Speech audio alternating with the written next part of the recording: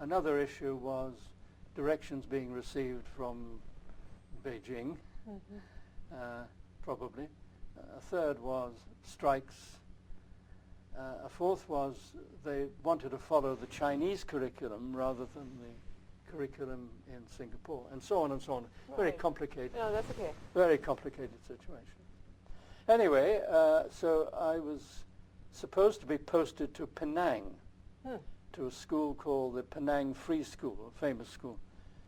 But just before I left by aircraft, left Britain, I received the word that somebody else who was teaching in Singapore in Raffles Institution wanted to go to Penang. Oh, wonderful. And since he was there already, he would go to Penang and I would go to fill his shoes in Singapore. Raffles Institution is no doubt the best school in Singapore. It's one of the best schools in Asia. It has to be the best school in Singapore, even now, because Lee Kuan Yew was a student. And so that's wonderful. Yeah, and many other distinguished Singaporeans were at Raffles Institution, which was an ancient institution founded by Sir Stamford Raffles in 1818, 1820. Goodness. It got going, then it closed, then it opened again, and so on. So it was has a huge history. And in fact, if you're ever in Singapore, it's worth visiting the school because they have a nice museum there. Okay. With some of the historical museum. Yeah, and they're very happy to greet people, I think. How long were you in Singapore? So then I was in Singapore for 8 years after that. And I did 2.5 years at Raffles teaching English and physical training. I can't believe that part of it, but I did. Okay. Well, you were a Navy man. Yeah. And I directed plays and all that sort of thing. And then I was transferred to what was then called the Teachers Training College as a lecturer in English and in education. And then after X number of years, couple of years, I was promoted to be head of the Department of English and Speech Training. So I was the head of that department until I left in 1959. 59? 1959. So I was there from 51 to 59. Okay. And I was then considering changing jobs because Singapore was nearly independent. It was about to become completely independent. The writing was on the wall. I could actually have stayed for another 2 or 3 years, but eventually I would have had to go. And so I thought I would go ahead of that instead. So I actually went on leave, and you got very generous leaves in those days because you would spend 3 years without leave and then you would get 6 months. Oh, heavens. A funny system. Anyway, I went on leave, still on the staff, and I applied for 3 jobs when I was on leave. What else did I have to do? My first application was the BBC. Oh, interesting. Because I did a lot of broadcasting in Singapore, including working for the BBC as a continuity announcer. And then I applied for the BBC. I applied for, what was the other one? 2 others. Oh, to be the head of a department at a college of technology in Cardiff, which later became a university. And the third one was the British Council. So I went for the British Council interview first, and before I had the interview in Cardiff, they told me they'd accepted my application. So I telephoned Cardiff and said, I've been offered a position in another organization. Is it worth your while? I don't want to waste your time by coming. Well, please come. So I went. And I had the interview, and I said, I have to tell you at the beginning that I've already been offered a position in the British Council. I haven't accepted it yet, but I have been offered the position. Oh, they said, well, what will you do if we offer you the position? I said, I really don't know. Well, thank you very much. You're going to go and wait outside. Come in. We've decided to offer you the position. No heavens. That ruined the weekend. So that was a difficult decision to make, because it was a decision either to return to Britain, as it were, after 8 years away in Singapore and another couple of years in the Navy, and settle down in my own country, if you like, or not. Mm-hmm. So it was a difficult decision to make. The council now, it is based in Asia, the British Council? No, the British Council was formed in 1936 as a response to German propaganda, which was quite extensive. That was the reason it was formed in, as I say, in 36. And it was never part of the government, but it was government funded indirectly. And that's the situation today. It's still not a government organization. You are not a government servant. You are a servant of the British Council. But the main funding comes through the Foreign Office and through another agency. I've forgotten the names now. And that's the present position today. Today they're in 80 countries. So would you there are call British them councils everywhere. Public relations educational arm? Yes. Or propaganda? Culture, understanding. Okay. Yeah, and they've gone through various ups and downs financially. New governments come in and cut, and other governments come in and raise, rather like the Office of Management and Budget. And actually, one of their main tasks today is to teach English. It's huge. And that really started through Hong Kong, because Hong Kong had a typical British Council setup in the 1970s, which was they had what they called a representative, who was the director, the boss. And they had a small office on Hong Kong Island, together with a library. They were very big on libraries. And then they had a representative in Kowloon. But that was about it. And they had meetings and lectures and so on, but it wasn't very big. And so during a cost-cutting exercise from London, they said, we don't really need Hong Kong. We've already got Hong Kong, because it's colonial Hong Kong. Why do we need a British Council? So the representative at that time took this very badly. And at that time they had a rule that there should be no direct teaching of English. But you worked with the top people, if you could, university professors, government servants, people who were big in business and so on. But you didn't teach English directly. And this was because it was thought to be, we don't have the resources, perhaps we don't have the expertise. Our job is really cultural understanding through the medium of English, and if we work with people at the top, it will filter down, you know. Okay. However, the representative, as he was called in Cardiff in the 70s, didn't want to be closed down.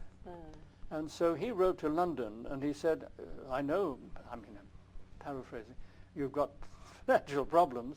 We can solve them. We can become self-sustaining if you will allow me to teach English directly. And so they gave him permission. Within no time, he had 10,000 students. Whoa. And that spread so that today, in every country, they have a very large English teaching exercise. So that takes us to, where does that take us? 60? Oh, so I go up to Singapore.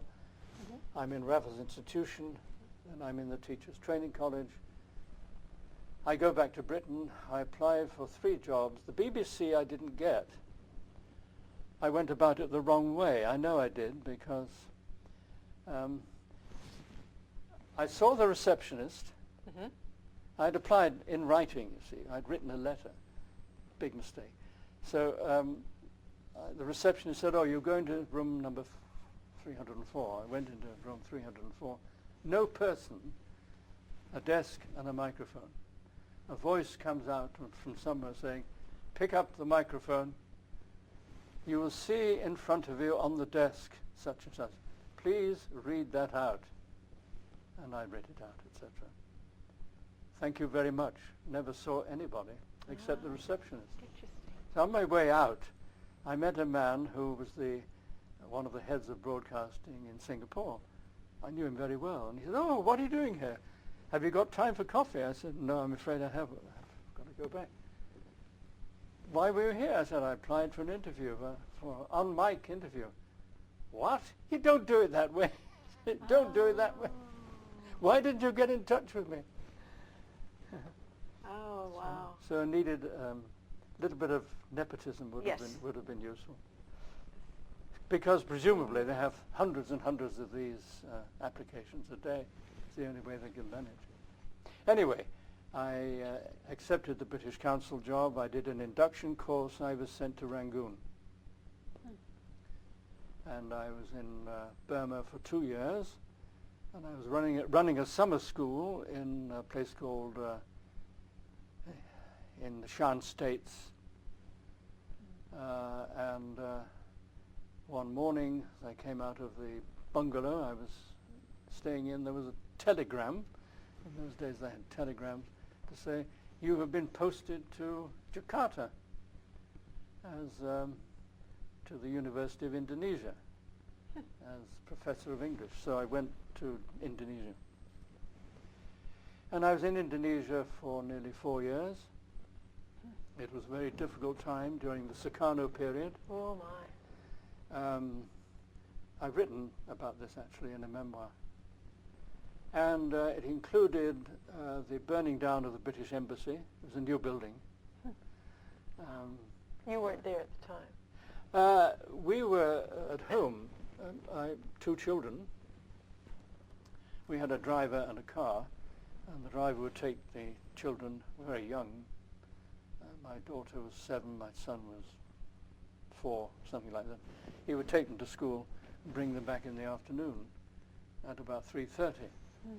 So that happened one afternoon, and they came in, "The British Embassy is burning down, burning down, burning down." Oh, heavens. He said, "Ridiculous, nonsense. Who told you that? Rubbish." See? But they were right. And then that afternoon, again, my daughter, I think, said, "Oh, a lot of people are coming." "What do you mean a lot of people are coming?" "Oh, look out of the window."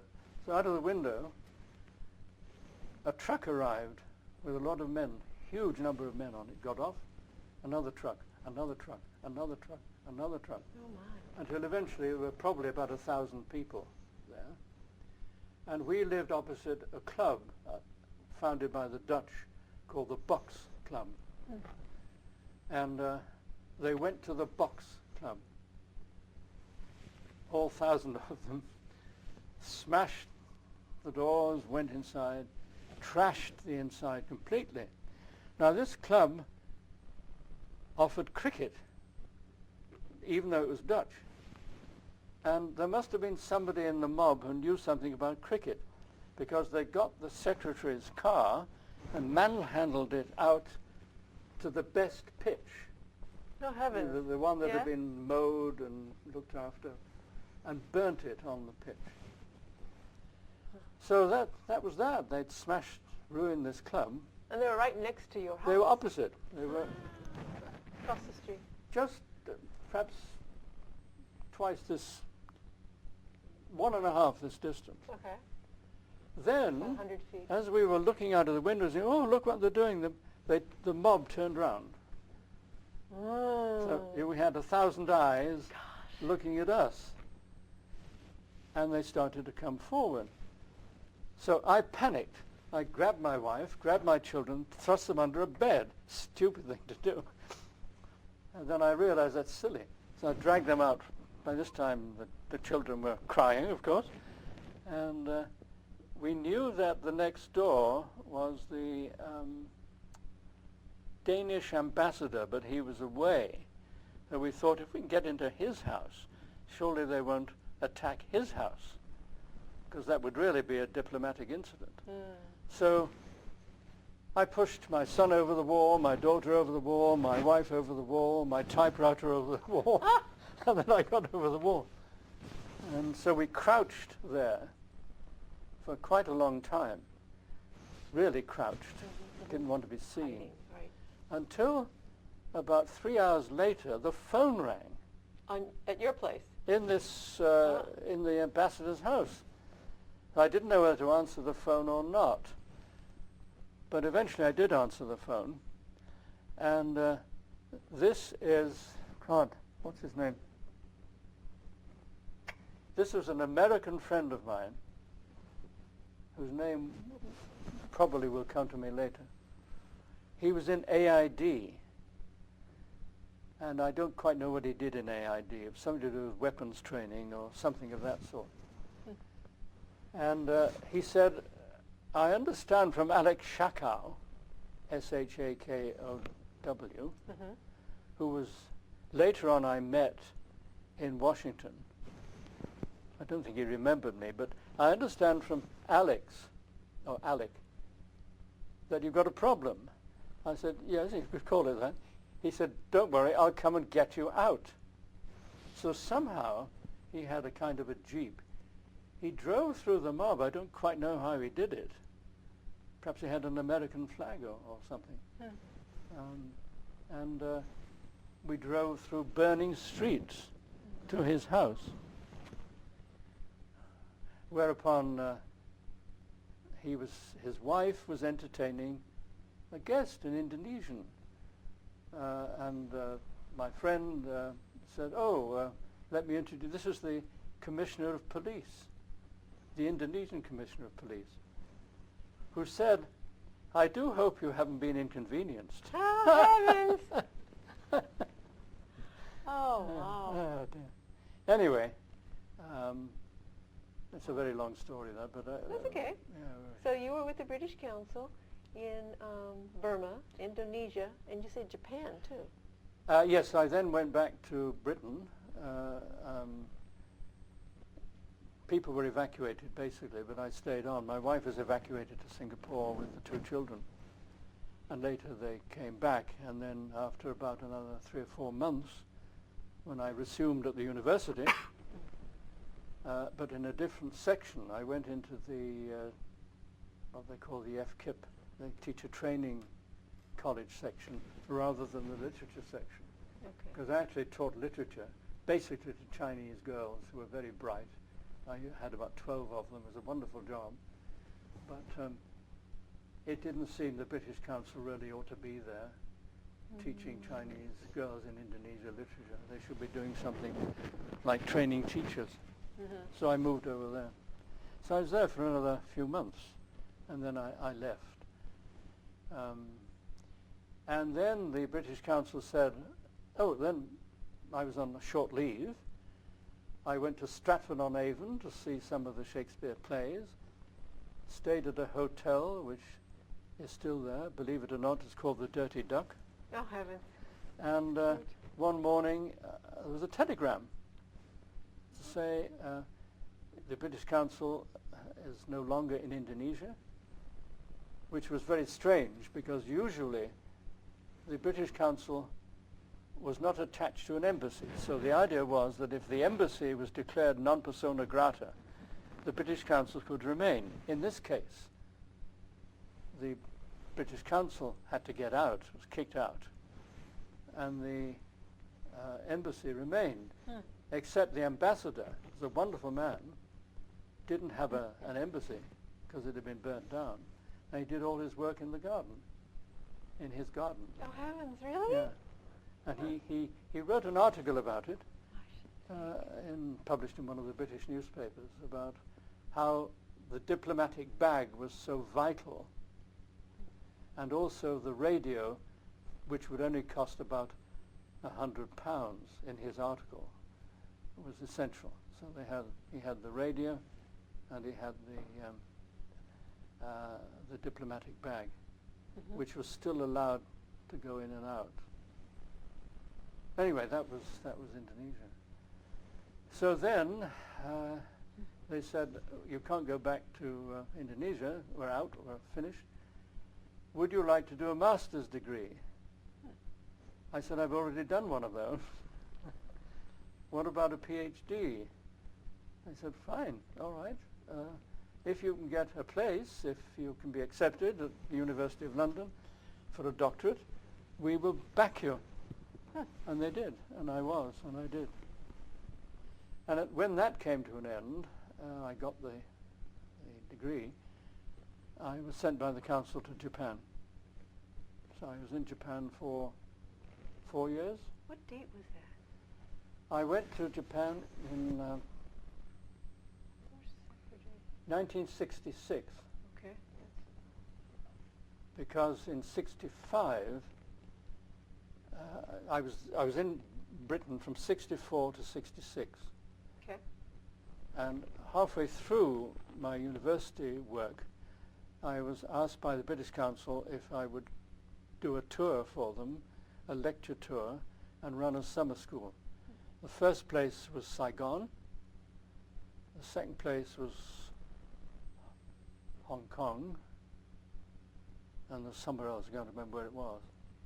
So I went to Saigon. My hotel was bombed the week after I left. I traveled on the plane with two senior education people, and I often wonder what happened to them at that time. One was the Deputy Director of Education, and the other was Head of Teacher Training. We talked throughout the night on the plane to Saigon. And when I got there, I went to the hotel, changed some money in a back street, opened my suitcase, a Samsonite, and there was nothing in it except a pair of dirty trunks and a dirty vest. Good heavens. I thought, this can't be mine. It wasn't. So I had to go back to the airport, which was being strafed regularly by to see if they got my Samsonite suitcase, and they had, fortunately. It was exactly the same. Wow. So I left the one with the dirty singlet. Anyway, that was that. So so then I went to Japan. I was there for 4 years.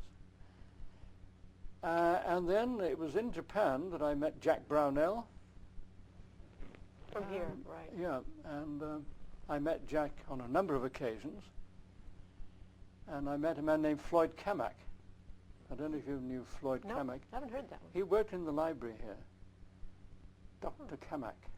C-A-M-M-A-C-K? C-A-M-M-A-C-K.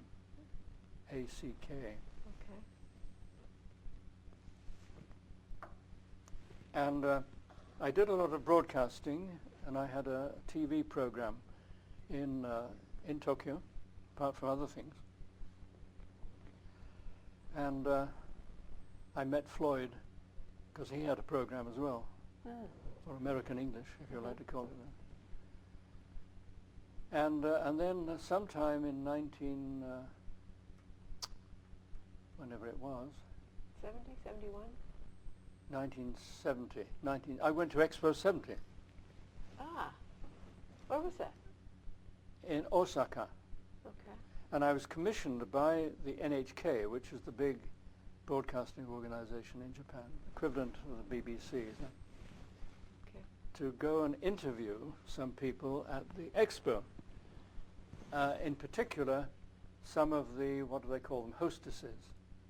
And they had recruited, as they do always, good English-speaking hostesses from many, many schools. And they did this in Japan. So they picked girls from the best schools who spoke very good English. I interviewed them. So that was that, and then I went around the pavilions and all the rest of it. And on the way back in the train, Camac said, I believe there's a place called the East-West Center, and there's a man called Brownell, who is the Deputy Chancellor, as he was called then. Mm-hmm. I said, I know Jack quite well. I've entertained him, he's entertained me, and we get on very well. He said, well, I understand there's a man called Kleinians who is the Chancellor of that place, and he said they're interested in starting a new institute, and they're interested in finding somebody to run it. So another dilemma. I was doing very well in the British Council. Unusually well, actually. I don't know why, but anyway, I was doing pretty well. Here was the... Well, anyway, the next thing was I was interviewed by Etz Kleinians and by Jack Brownell in Tokyo. Fine. They said, well, you better come out for a visit and see what the place is like. So that, a few months later, my wife and I came to Hawaii, and I met Etz Kleinians and Jack Brownell again, and so nothing was concluded at that, but it was all very pleasant. I got to know Hawaii a little bit, and that was that. And I still had my British Council job. So I went back to, I had a house in London at that time, went back to London, enjoyed going to plays and all that kind of thing. I still had a good job, was doing very well.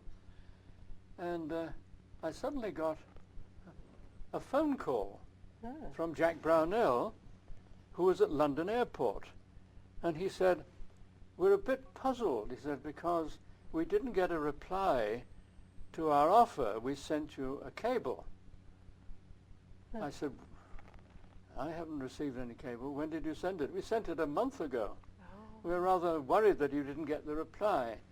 I said, no, I didn't. How long are you going to be here? He said, oh, I'm leaving 2 days' time. I will come out for dinner. So he came out to where I was living for dinner. He said, well, I'm very sorry. I'll get them to send it again. So he sent it again. I still have it. It's a scroll. It's like this. Good heavens. It must have cost the Easter Center a fortune, because it included an offer of a professorship at UH. So it was to be subject to tenure, full professorship at UH, and also what was called coordinator of a language program at the East-West Center in an institute which people thought might be called, it's not very definite, the Culture Institute. Okay. Another dilemma, you see. Another choice. Another choice. Anyway, Hawaii won. Good. I went into the British Council and I saw the personnel man there, a very nice man. He said, oh, I've got some news for you, where I would go next. And it turned out that it would have been Kenya. Oh, wow. As the head of the British Council in Kenya. So I said, well, I've got some news for you. He said, oh, well, give me your news. I said, I'm extremely sorry, but I've come in to resign. Oh, well, you're not interested in my news. I said, yes, I am. Where would I have gone? He said, well, we're going to... So that would have been interesting. Would have been interesting, too. What a variety. And I would have retired at the age of 58. Instead of which I retired in Hong Kong at the age of 66. Anyway, that was that. So you started here in 71? 71. In April or something or other. And so you were working under Dr. Shinoda? When I came here, it was Dr. Shinoda, who was sort of part-time, really. He was also teaching at UH? He was teaching at UH. That woman beyond all possible descriptions, one of the greatest women in the world.